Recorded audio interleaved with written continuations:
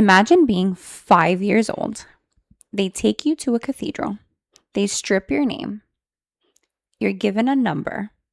And for the next 10 years, you'll drink the blood of strangers, drown in oily water that smells like rotten flowers, and dream prophecies for gods that are as real as the person next to you. And you'll be told this is holy and divine. Rachel Gillig wrote a sneaky fantasy magic system in The Night and the Moth that spells cult. Welcome back to Booked and Buzzin. I'm Carla. And I'm Ali. And today we're going to be doing a breakdown of the magic religious system in The Night and the Moth by Rachel Gillig. Yeah. So it took me a little bit to put together this theme as I was analyzing this read. And when I was thinking about it, it just kind of formed together in my head. And I was like, oh my God, it's a cult. It's like, it's the magic system is like cult-like. Yeah. It's like psycho-religious. And before you come for me, you're like psycho-religious. I have proof. Because lots of fantasy has religious aspects. Well, what is psycho-religious? Let's start with that. So the idea of psycho-religious is basically like it's the way that there is a belief system that creates a psychological operation of obsession. Mm-hmm. And it creates, like, I have like the steps that are like, I was thinking that, right? It says, when I looked it up, I was like, but what could it really mean, right? And it believes there's a function to the sacrifices that you make. Mm-hmm. So there is it's like a cult. Like being psycho-religious is to the point where the religion almost feels like bad, but you're doing it in the belief that this is the only way to live your life. Mm-hmm. So I'll break it down. I came up with 5, right? Okay. Basically, it needs to believe, it needs a sacrifice, it needs to be punishable if you don't do the right thing, or you have a belief that if you don't do this way, something bad is going to happen, or you're not going to be holy or divine or be a chosen one. So the first one, because it depends on a belief to function. In this book, when you meet Sybil, whatever, spoilers ahead, the belief is that she is divine. She's one of 6 diviners that literally drowns in a water well, whatever, and she dreams about omens and gods, mm-hmm. and is able to give prophecies. Yeah. So the whole town gathers at the gates because you're like, these people can tell me like prophecies that are real. They're speaking to the gods, essentially. Exactly. Yeah. So you need a belief for the whole system to function. Right. Okay. Number 2.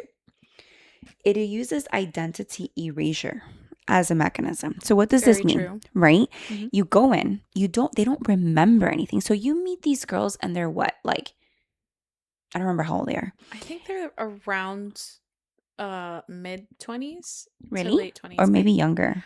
She's talking to Rory and she makes a face. She's like, what's your age? And he says 26, but my youth felt so endless that perhaps I'm the exact age as you. He lifted one shoulder, young and also rather old.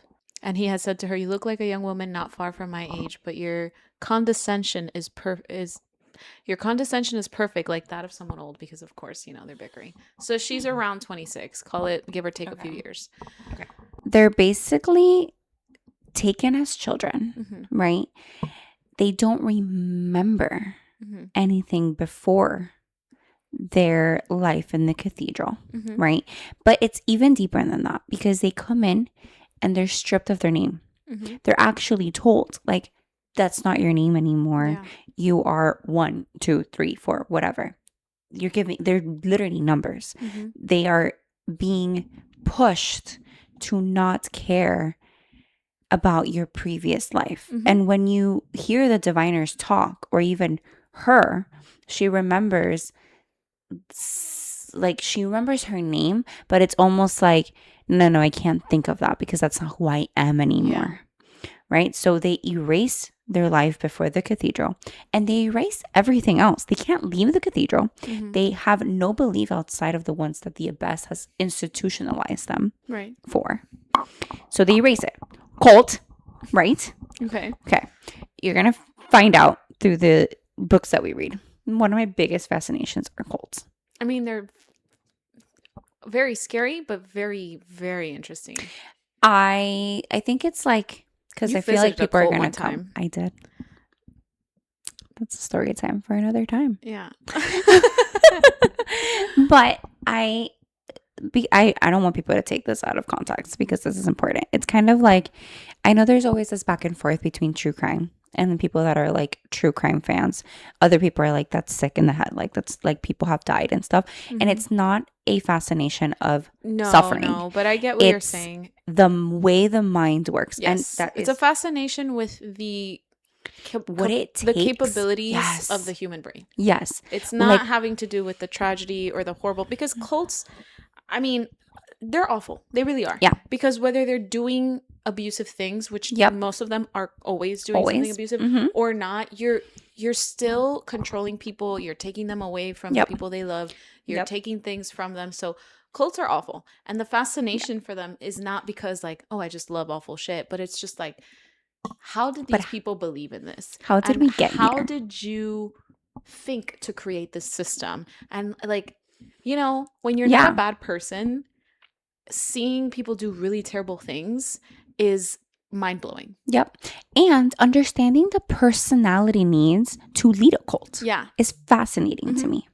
Like, I'm not like excusing that. It's not a bad thing. It's just what you hear about the cults that you know in history, like the famous ones. Like, there's a certain level of charisma and manipulation. That's the biggest thing. Charisma.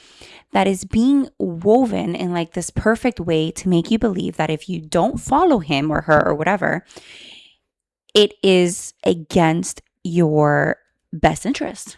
And I won't say any cult names because please no.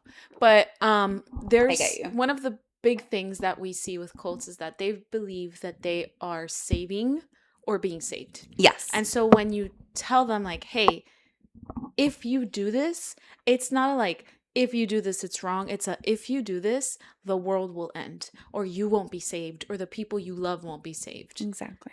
So you're threatening their core belief of like, this is going to destroy what I've been working for. And another amazing example in this book is actually when you recognize that the abbess's story of origin is different than the king's journal. Mm-hmm. And when you realize that she's woven this story, that if you don't believe in the omens, if you don't believe in her, you are what's wrong with this world. Mm-hmm. And you as a diviner, like, you need to understand you're on a pedestal. Mm-hmm. You are chosen. You are the best of the best. And if you grow up as a child hearing that, you're going to erase anything that was before because you are holy.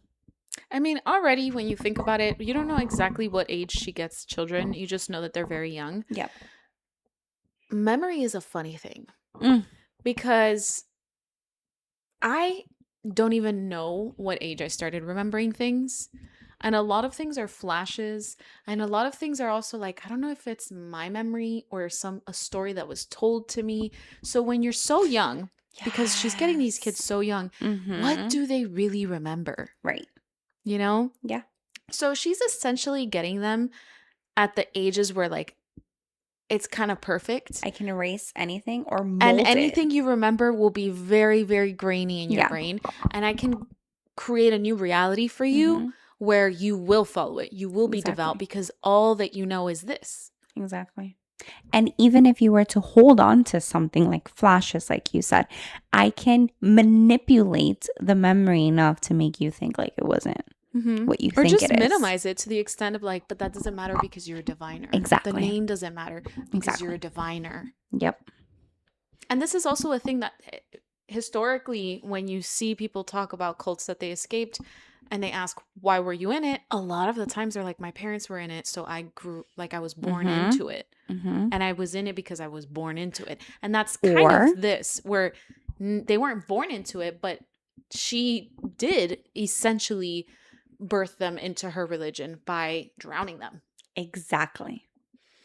Or in real history, they are usually gotten in vulnerable moments. When are you most vulnerable if not when you're a child? Yeah. So I'm making a point, guys. I'm telling you. Not only a child, but an orphan. She Yes. gets orphans. She gets kids with no parents. Exactly. So, number 3, it induces dissociation as part of the ritual. So, that's the joke around the cult, right? Like you drank the Kool-Aid. Right. Right? Jonestown. It's the same thing. Not only does she drown them, the whole thing is ritualistic and disgusting. You drink the blood of a stranger. The abbess reads this stupid prayer, drowns you in this rotten water, and you don't die, but you become sick and you pass out because you drowned. So, and it's over and over and over again. Exactly. It's so constant. You become dissociated by how painful it is. And she describes it, she's like, you get used to the pain, but man, does it hurt. But when you're told let's just back up a little bit. Yeah. What are, like, objectively speaking, not getting granular and thinking of every single way that you can die, specifically through the hands of a person, but one of, like, the most painful ways to die that people think of nature-wise, right? Yeah. Meaning not that somebody came and tortured and killed you, right? Drowning and fire. Yep. And the reason why, aside from, the burning, when you die because of a fire, you die of asphyxiation. Yeah. You're suffocated. Okay? So we're talking about constantly that, not being able to breathe. Hello? Yeah. Have you ever almost drowned? Yeah. That shit hurts. It feels. And it's panic inducing because your body's natural instinct is to try to survive. How do I get out of this? Which is why she's held down in the water. She never just like lays there and just drowns herself. No. Your body doesn't let you do that. Correct. Your body will be like, react. You need to get out of here. Yeah. Exactly. Yes. So it's an indoctrination that happens over and over and over and over and over. And it is one of the most painful ways that you could do it. But, and think about how, what's the right word? Violent that is, right? But when you, again, I'm not going to get deep into it, but when you study cults, it doesn't start 0 to 100 like that. No. Right? It starts with, they can convince you to take a left to work instead of a right every day. And then you take a left and you do this and then you do that. And then that's what people talk about. Like, how did I get here? Yeah. It's a build-up. Like, how did I get to, like, killing someone or creating, like, I don't know, animals. Or giving them all my money. And exactly. Like, now I'm stuck bankrupt, right? How did I get here? But it's never, hey, give me all your money because God is coming. It becomes little by little. But with children, it doesn't have to be little by little. You're indoctrinated from the beginning. This is normal. This is your life. And it's violent. You're drowning children. Yeah. Which, that's also, I wonder, like, what is the start, like, the lead up to that? Because it's not like, okay, she initially drowns them, right? Right. Then they become diviners. Kids are not compliant in general. Especially when you... Not traumatized children. Remember it like this. But also, what group of children have you met that all of them just do what you asked? Extremely traumatized ones. I don't know. It's a survivor's mechanism. Yes, definitely. But they don't feel like they're surviving. They feel... She's very at peace at the cathedral. Well, I think also, remember this part, like, they're being tended to. Yes. By the gargoyle, by her telling them that they're amazing. And so they are given comfort. Yeah, I just wonder how she gets compliance from children. Because, right, like at 25, 24, 26, sure, like she's already been indoctrinated years, you know, she's already built a system where like this is their norm. But when you, let's say that she gets like, when they're 6, right? Let's say she gets 6-year-olds. How are you convincing 6-year-olds to continuously drown themselves? Like there has to be a training period. Yes, because, I would imagine I mean, or punishments. Like, I just like, or consequences. I see kids like being fed, right? Yeah. And like they don't want to fucking eat that food. No. So you're gonna tell me that this bitch just cuts hands and is like it, and they're like, yeah, and not like I don't want to. So I wonder what that buildup is, because like you said, it does start small and then it ends there. So I know the initial, because they're dying, the initial baptization essentially of them. Mm-hmm. I don't even know if that's how you say that. Bautizo of them is she drowns them in alien water and then they're born as diviners. Yes. But I wonder what the process of training them to the point, and I'm not saying it takes long. Maybe it just takes like a year or 2, or I don't fucking know. But I wonder what that process of training them. Tell me how you got here. Yeah. Give us Let's talk about it. Let's talk about it. Honestly, from what we gather from this story, mm-hmm. right, especially with near the end of the book when the gargoyle tells his story, you have an understanding that there is punishment. Yeah, that's true. There's like consequences to you not falling in line. Mm-hmm. And she's heartless because she's a bitch. Yeah. So he was literally... They love her too, which is because she's isolated them, that she's the only... Because it's a cult. Yeah, definitely. No, I'm not disagreeing with you. I know. I just like saying it over and over again. Yeah. So I think that's what it is. I feel like there's a certain level of punishment. I mean, he was locked away for, he doesn't even remember how long. Mm-hmm. Do you imagine locking like a kid up for even a day? A day? Child abuse? Yeah, but I bet you that 6 or 7-year-old isn't going to want to do that again. And if you warn them, they're going to remember. Yeah. No, yeah, you're right.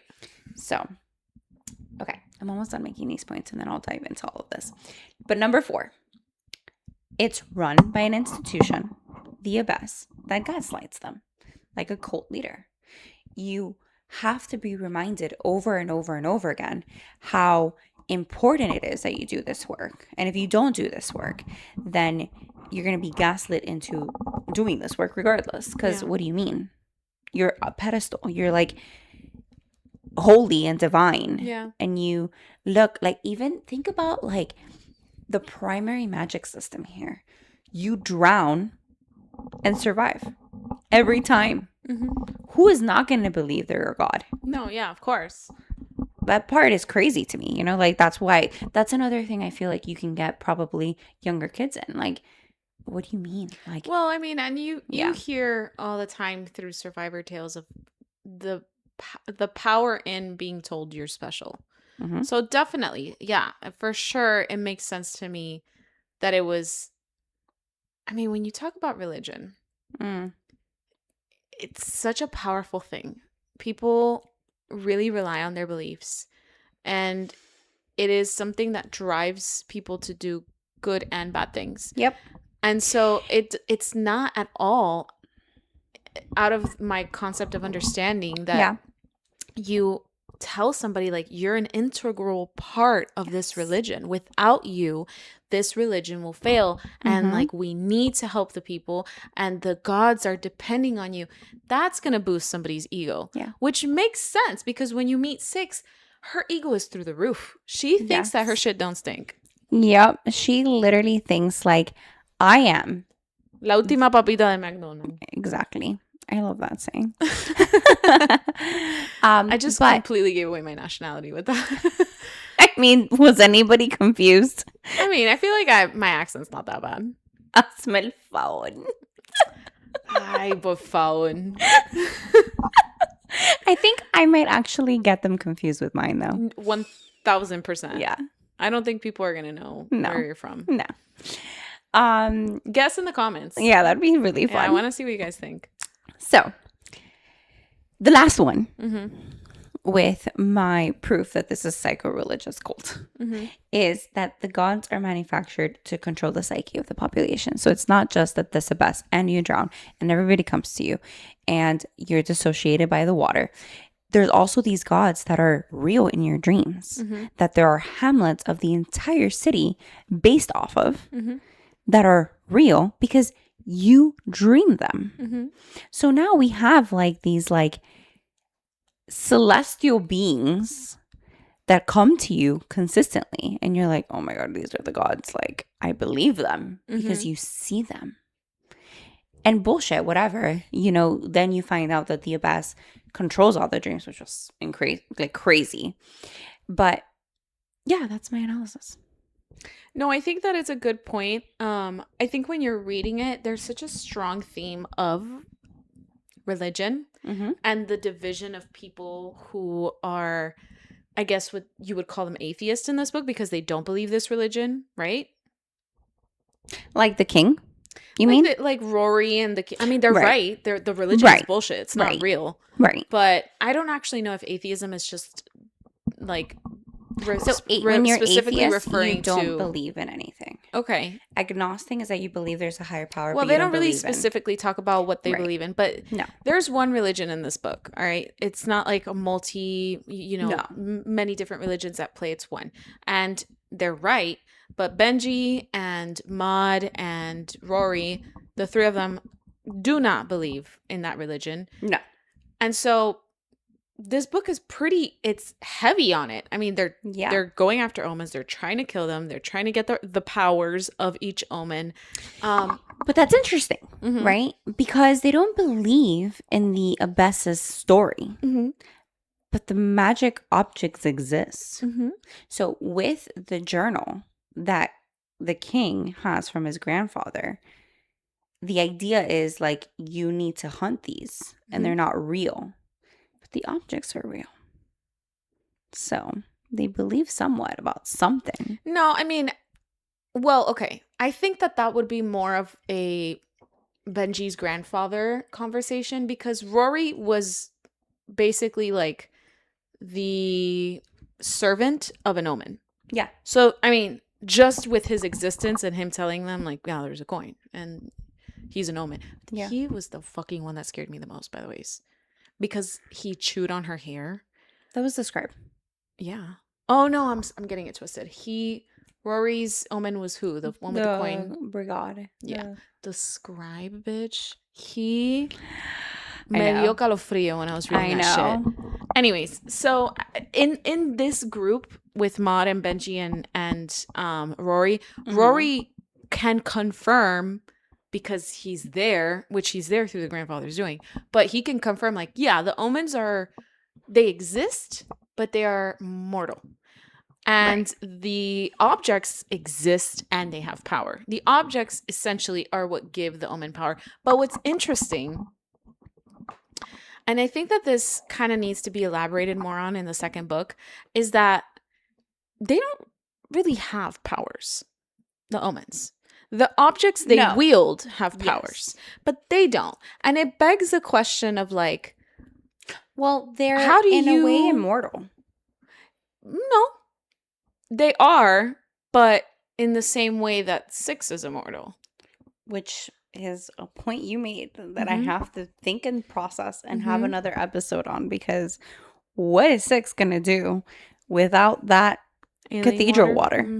The cathedral that they basically like destroyed and all the bricks fell into especially because you know that lack of this water becomes gargoyles. Yeah.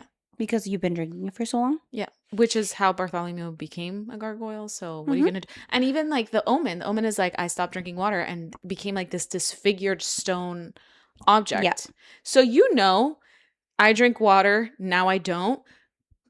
You're not going to be a person anymore. Exactly. So, interesting point of view. So, yeah, it's just interesting that, like, what gives the gods power is the object. And I believe the Weaver said it too, that she was like, I tried to like stop, and the abbess was just like, okay, then I'm just gonna create a new one of you. Like, I'm just gonna replace you. I'll just make a new one. Mm-hmm. So really, like, they don't hold any power. No. And they don't do anything. All they do is essentially amass a fortune, and they control a belief system. Yes. That's all they do. And the Weaver even said it. They're like, at first, this is all fun and dandy because you're like a goddess or a god, and the whole hamlet is yours. And you do some charity work here. You show up here, or you show up there, and you're omnious or something like that. Omnipotent? Yeah. But not really, because omnipotent means they can see and hear. No. Like, just like this, like, God that graces us with their help, or their, their stone object does things, right? So, but it doesn't do anything to help people. So, I mean, it's kind of like if you go back to the Greek times. What did the Weaver Stone do? It was able to see the truth, or something else. All the Heartstone Weaver says is, more time passed. One by one, I made her the robes, referring to the abbess who came requesting robes for her diviners. And she said, I'd grown weary, lonely, so I slipped the lunestone back on my finger, facing inward, hoping to be comforted by memories of my past. Only they were a torment. I remembered my name, my mother and brother, my wife and parents, my naughty yellow cat. I remembered what it was like to love and be loved, to be careful and also carefree, to be good and bad, to be human.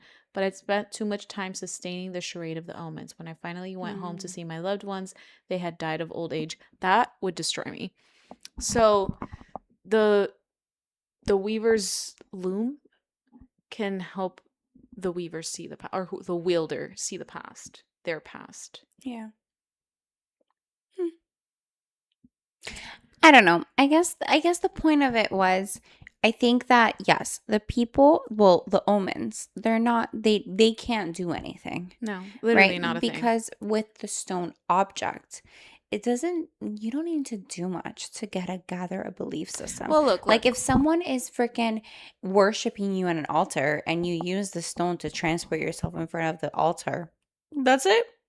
I'm a believer. Look, it's belief. It doesn't have to be rooted in anything concrete. Because if you look at history, Greek mythology, I mean, they believed in Zeus, and they believed in Hera, and they believed in Hades and Aphrodite and Apollo, and these were just explanations to them of how things were, and it gave them a feeling of control, in a sense, and a feeling of comfort in saying, like, well, if we pray to this god, maybe they'll favor us on this passage that we need to take through. We need to pray to Poseidon. We need to sacrifice something for Poseidon. So it's not that, in a cult religion belief that you need to have a clear trade-off of, like, look, this power, I can prove it, does this, so now believe me. Yeah. A belief system is a strong thing. Yeah. All you need is to believe. All you need to do is need it. For faith. That's what we're describing, really. It's faith. It's faith. There's no evidence to faith. There's just what we grew up in, or what was taught to you, or what happened when you were having a hard time, or when you were vulnerable, or whatever it is. So, yeah. So, yeah, the omens are very interesting. They really hold absolutely no power. The power that they have literally has been given to them by the people, by the abbess, and the people. Yes. And the people going in to read their prophecies and being in the hamlet of each one. And because the people, like, that's what they show in the book, that they're like, you're doing the charade of, like, people leave you like trinkets and like things, and you do something, or you gather it, or you, whatever it is, all these omens did. So, regardless, there's a belief system there. And we are going to go through all the omens in our world building episode next, which I'm excited about too. So we'll dive into each omen a little bit more. Yeah. But essentially, right, to just circle it back to the point I'm making with this theme. Within the cult vibe, they are parasites. It gives a perfect example of the system, right? The omens, the abyss needs the believers. No, absolutely. But the believers don't need the system. And that's the deconstruction. No, but yes. Yeah. Because people need something to believe in. Yeah. Yes. I mean, not everyone, Agreed. right? Like, well, in this day and age, there's many people who don't believe in anything. And there's people who were raised in a certain belief system and they believe parts of it, but not all. And there's others who believe it fully. And faith and religion has existed forever. The dawn of time. Yeah. Because people naturally gravitate towards something that can be explained, that can give them comfort. Yes. So while you don't need belief, it brings like a sense of organization to a lot of cultures. I think that's kind of like something that we've seen historically. And explaining away things that don't go your way. Yeah. Or grief. Or things that are happening. It controls people in a lot of ways because it gives you basically a playbook of like, this is what you need to do to be safe. Because if you believe and you do these things, then you're safe and protected by this belief. You'll have the afterlife. Mm-hmm. You'll have the whatever it might be. Goodness of the omens. You'll have the omens. Yes. They'll favor you and your life will go well. Exactly. Mm-hmm. Cult. But I mean, are very interesting. Not to move like into like a day to today, right? But even though I do hold a belief in my religion, I'm not going to share about it, but just overall, it's a belief system.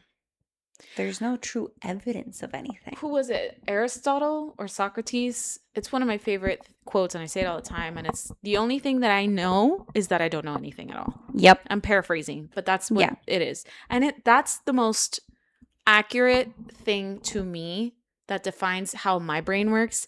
Because I do have my set of beliefs and morals and whatever. Like I have a structure in my brain that gives me comfort, makes me feel like, yeah, this feels right.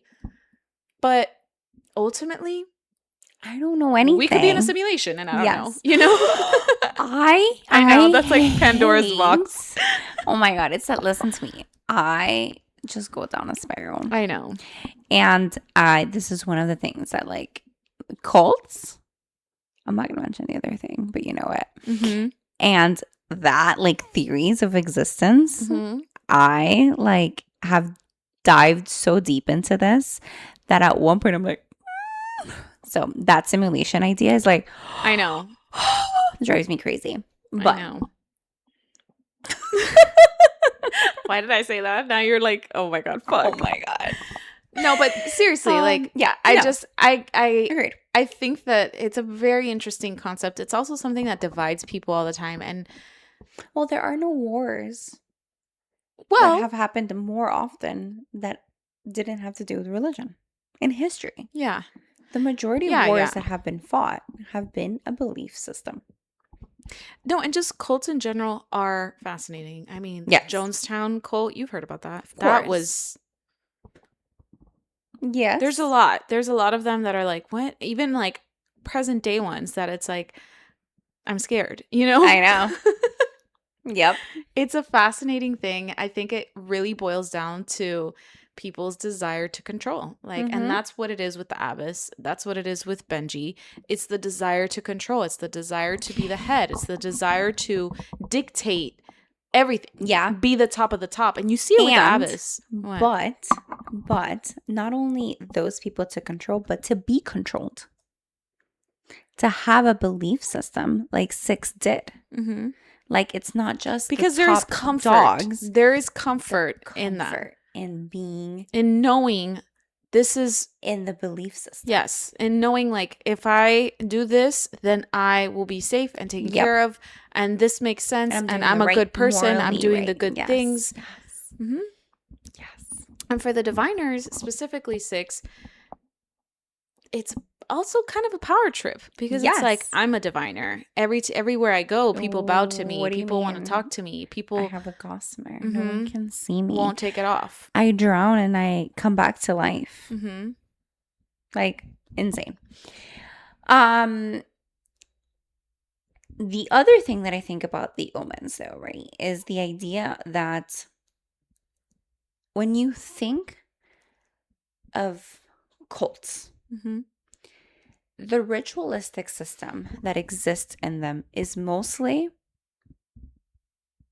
gross or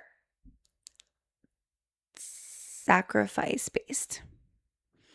The whole thing is disgusting. You drink blood from people you don't know. You're drowned violently in what smells like rotten flowers. You throw it up. You're out of commission for an entire day. How do you keep doing it over and over again? Because you're a figurehead in a religion and you believe it. Exactly. So, this leads me to the next part that I analyzed about this theme, which is how the abyss and Sybil, are almost like mirrors of each other within this system. Because if you think about it from a hierarchy point of view, the abyss is the top dog. And Sybil is the believer, the most believer of them all. Right? Okay. But it becomes almost like right off the bat when you meet her, she has a vibe of martyr for her religious belief. I drown the most. I pick the shortest. I can do it better. Well, yes. But also, 6 gave pick me as fuck. The abbess. Of course. She wanted to be the favorite. And yes, and I think 6 it feeds into that. I think 6 did both. I think she did it more as like, no, I think she drowned more to help the sisters, but I think also she was like, I'm perfect. Take it the most. I can do it. I'm strongest. I'm the most holy. Exactly. So, because, okay, the reason why I bring this up is because she's so, I think the word is almost like righteous. The deconstruction of her belief system. It was beautiful. Chef's kiss. She is so obnoxious. I know. And I can pinpoint when I felt that her belief started to shift. Okay. When they were with the scribe and he was disgusting. I fucking hate this part. He was licking her and chewing her hair and he was like snapping back and forth, fucking with Rory and Benji. Yeah. And he was like, go ahead, ask me a question. I know everything. And they were like, okay, what's the name of the first diviner? And he was like,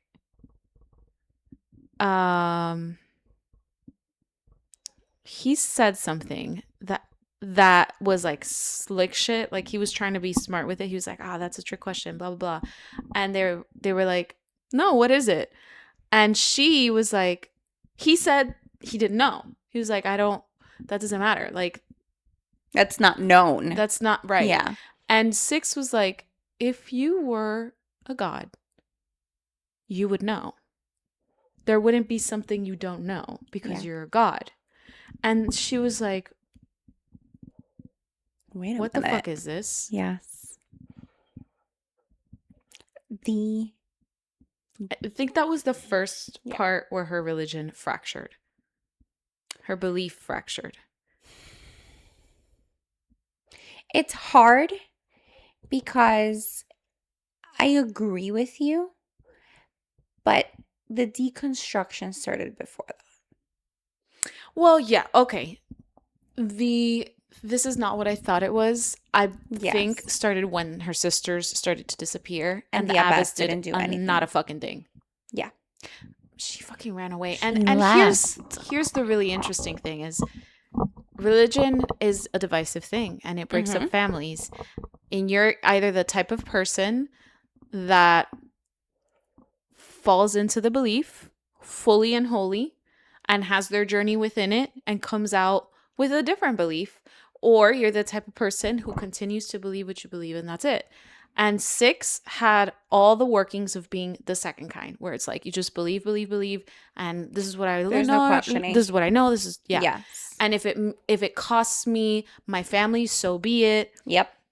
But the moment that her sisters go missing, she starts to be like, what the fuck is this? And something that she had never done in her life, which was question the abbess, is what she went and fucking did. Yeah. And something she did, like, it was inconceivable for her to ever feel anger.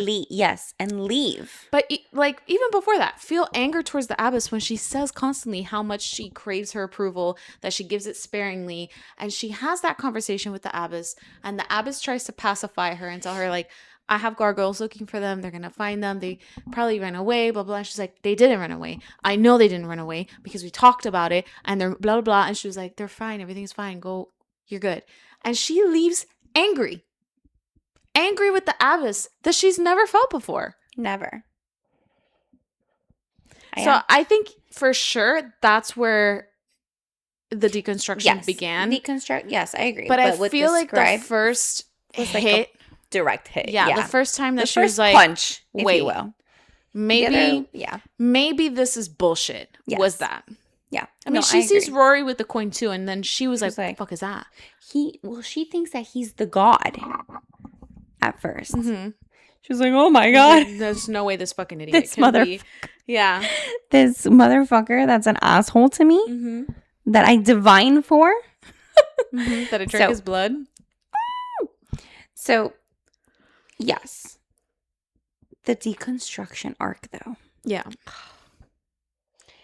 It's so devastating. It really because is. It is so beautifully written. And so I think that's kind of where I'm glad that you brought that up with the abbess in the beginning, because it actually started before I thought. Like, when I first thought of the theme of deconstruction of her belief system, the first thought that I had was actually Roderick. Like, that was the first moment where she's like sitting on the wall and she's all like high and mighty, and Roderick comes in and he's like, you're stupid.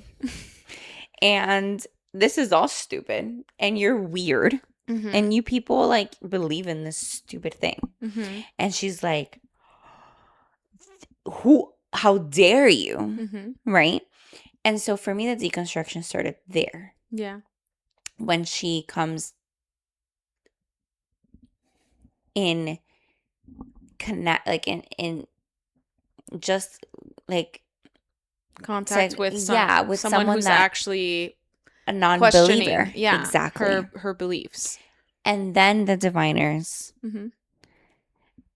start being stolen away or whatever. And then she gets angry at the abbess. Then she leaves the cathedral. Actually, you're probably right, because Rory is the reason why, because he basically is like, you're a goody two-shoes little bratty bitch. Like, you don't know shit about the real world. And she's like, oh, I don't? We're fucking sneaking out and we're going to Coulson Fair. Yes. Which is not really in her character. She normally falls in line and follows the rules. And it's not that she hasn't broken rules before, because she says it like, oh yeah, the diviners lay with people and like. But he even taunts her.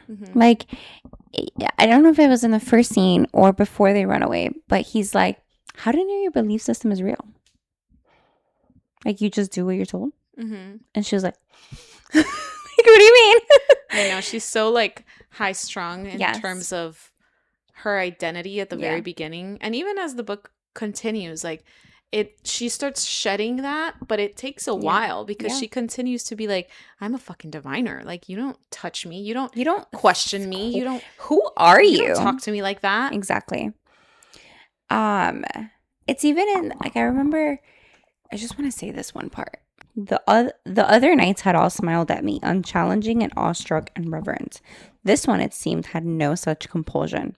Knight, I called. You lot make quite the spectacle. Is the king so fretful that he requires the company of his entire knighthood for a divination? The knight's gaze remained tight. He said nothing. She continues. I asked if your king, and he goes, between our two lots, mine is hardly the spectacle. And she's like, Excuse me? Mm-hmm. He issued no clarification, blah, blah, blah, blah. A respectable knight would just as soon bite off his own tongue than speak to a daughter of Aisling like that. Mm-hmm. Insoportable. Yeah, no, it's just like too high up on her own horse. So right off the bat, when you meet this knight, she's like bewildered that she's never had this experience before. So in a way, I think the banter right off the bat started deconstructing her belief system, but not necessarily in the abyss or the diviners or whatever, or the omens, but more so in who she is. Mm-hmm. And what do you mean you don't think I'm it's probably holy? the first time she's ever meeting somebody that's questioning the religion or doesn't respect it, doesn't take her seriously. Yes. So then that continues on. Mm-hmm. The deconstruction, right? Because I find that's really just such a good point. It begins with Roderick, and then she leaves right with him, like when she runs away. Mm-hmm. And then it starts with she thinks that he is the omen, and then when they're like, we're gonna go hunt the omens, she's like, blasphemy. Like, how are you gonna find this god? Mm-hmm. And then she comes in terms with the scribe. Mm-hmm. And like you said, like that part where he's like eating her hair or whatever, and licking her because she bleeds at one point, and she's like licking the blood. Well, he also is like just like licking and smelling her, and he's like, I could smell the water. It's just like because it's in her veins essentially. Yeah. So that I do agree with you. That's the first so direct creepy. He's punch. Like, don't worry, I'm gonna take care of you, diviner. Like, because the three of them are with her. He like takes her away, and he's like, I'll protect you. I'll take care of you. But your intention was gonna be to eat her. So what do you mean? But even and then she was like, I don't know who the good guy is here. She is so perturbed by the omen that I think she's just like, I don't even know what the fuck. I know for sure she's like, get him, like help me. To them. Yeah. She doesn't even know if to trust them. Like this boykin comes in and they're like, we're hunting all the omens. She's but I mean in that specific interaction with the omens, she was like, Alejandra, it was eating her hair. She was like, get me the fuck out of here. No. Of course, initially she was like, what the fuck? This is blasphemy. Yes. No, like this bullshit. And then she comes face to face with one, and she's like, oh, she's like, kill it. And then she runs away with the gargoyle right after this, and she's like, what the fuck? Like, I mean, her whole world just kind of collapsed from under her in that moment. And then that continues with every single omen until she gets to the weaver and she finds out the truth about the abyss, and the gargoyle, and then she goes back to Aisling's cathedral to want to kill the abbess, which is such a showdown too, because the abbess wears this mask of, in the beginning of the book, she's very stoic. The abbess, she's very calm, centered, stoic, serious. She sounds terrifying. Figurehead. To me. In the beginning, she just sounded like a nun, maybe. Like a strict mother type distant figure who was very clearly had a hold on what the fuck she was doing. When you come back, that bitch is like, the mask is gone, cackling, evil as fuck, laughing. Scary. Like I could hear her tone through the words, and I was like, this is fucking scary, bro. Yeah. The way she was talking was so maniacal. Yes. So like, well, now that you fucking know, bro, I've been fucking doing this forever, and guess what? I'm gonna keep doing it. And fuck you. And it's your fault. You know why I started killing them? Because you wanted to sneak out to the little carnival. That's why I did it. I started because of you. I knew that the second that I lost your devotion to this, it was over. No, she went and did a complete mask reveal. Because at the beginning of the book, she's a bitch. She was bitchy, and she was... But she was... She felt more like a strict religious head. Yes. Than she did like a fucking evil, maniacal bitch. Which that's what I mean. End, creepy. Yeah. Creepy. Yeah. Not only does that whole deconstruction happen from the omens, then the abyss, then her found family gets attacked by the boy king. Yeah.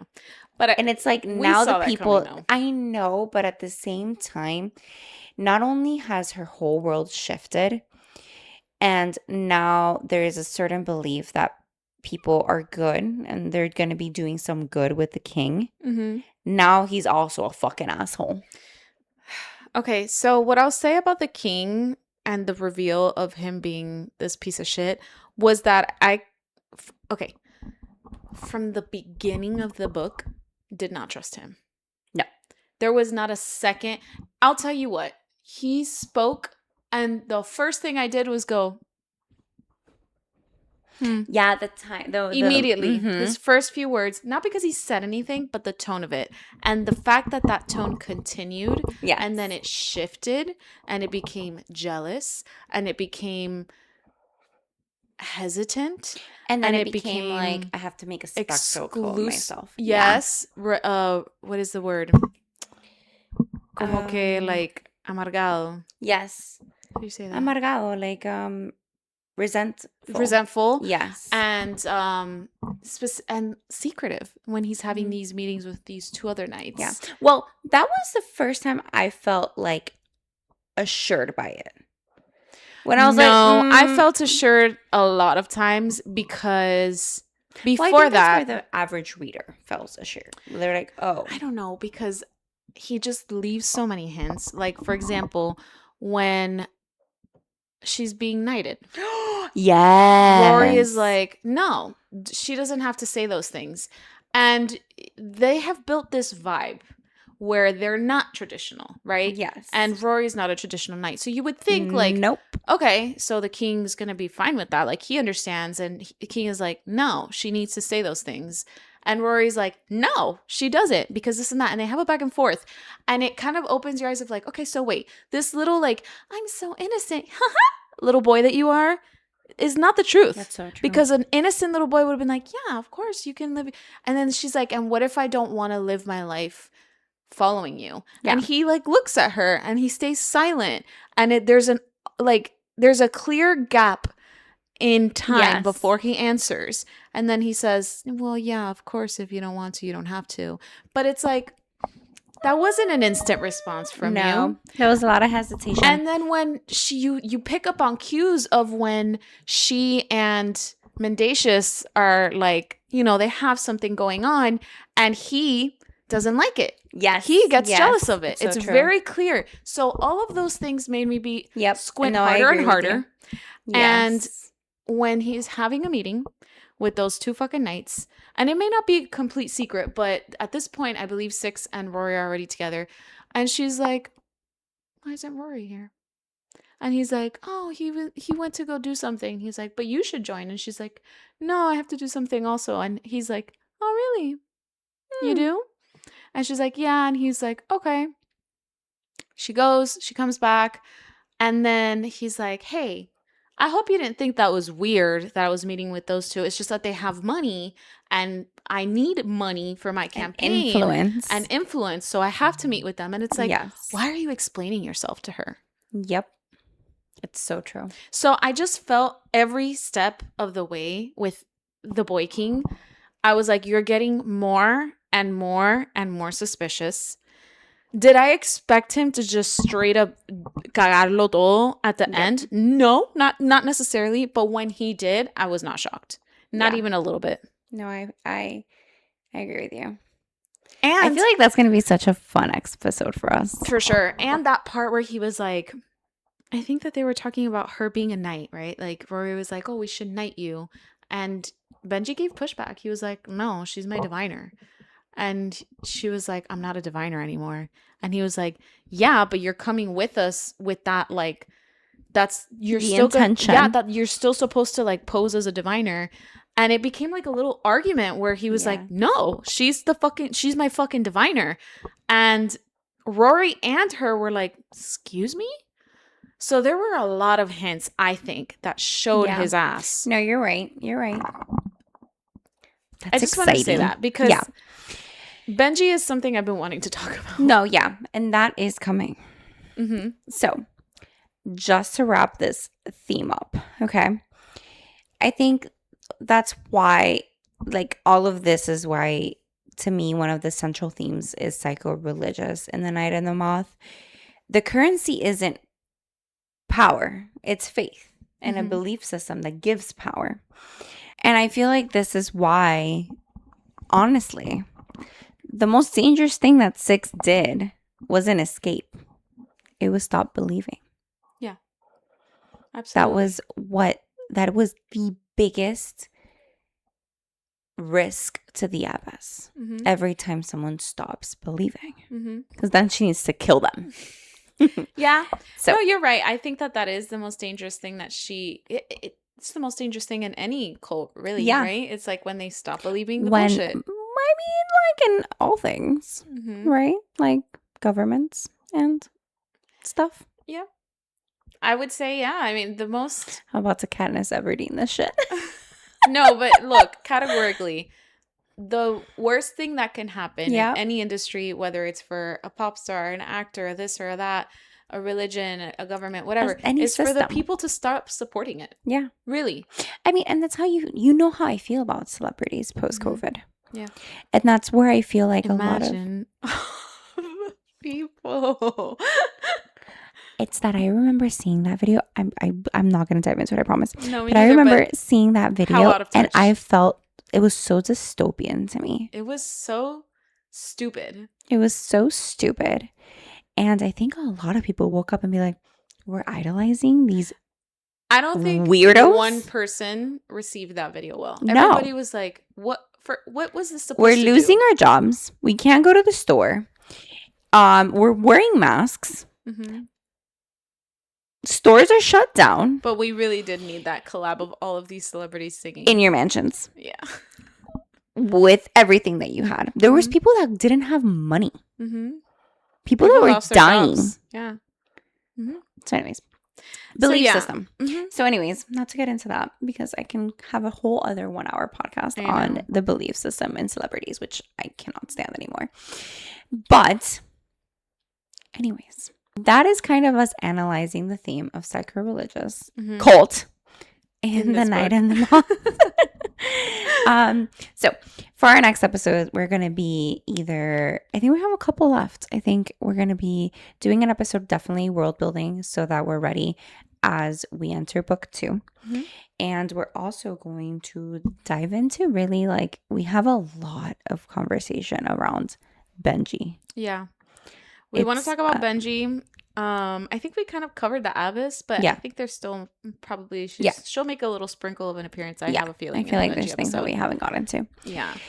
So this has been a really fun book to analyze. Honestly, it was a breath of fresh air. I think for both of us. Yes. And I think for such a small book, there was so much. It gave me so much. Yeah. Yeah. It gave me a lot. So anyways, thank you for hearing me rant about how it's a cult fantasy. Well, it'll be interesting to see what book 2 brings because the religion is on him now. Well, we got to see what he's going to do with it. I know. But it's shifted. No one knows that this has happened. The cathedral is destroyed now. So we got to see what's going to happen now with the religious system and the beliefs. And now he's going to marry the diviner. Yep. Oh, I'm excited. So anyways, catch us next time. See you next time. Bye.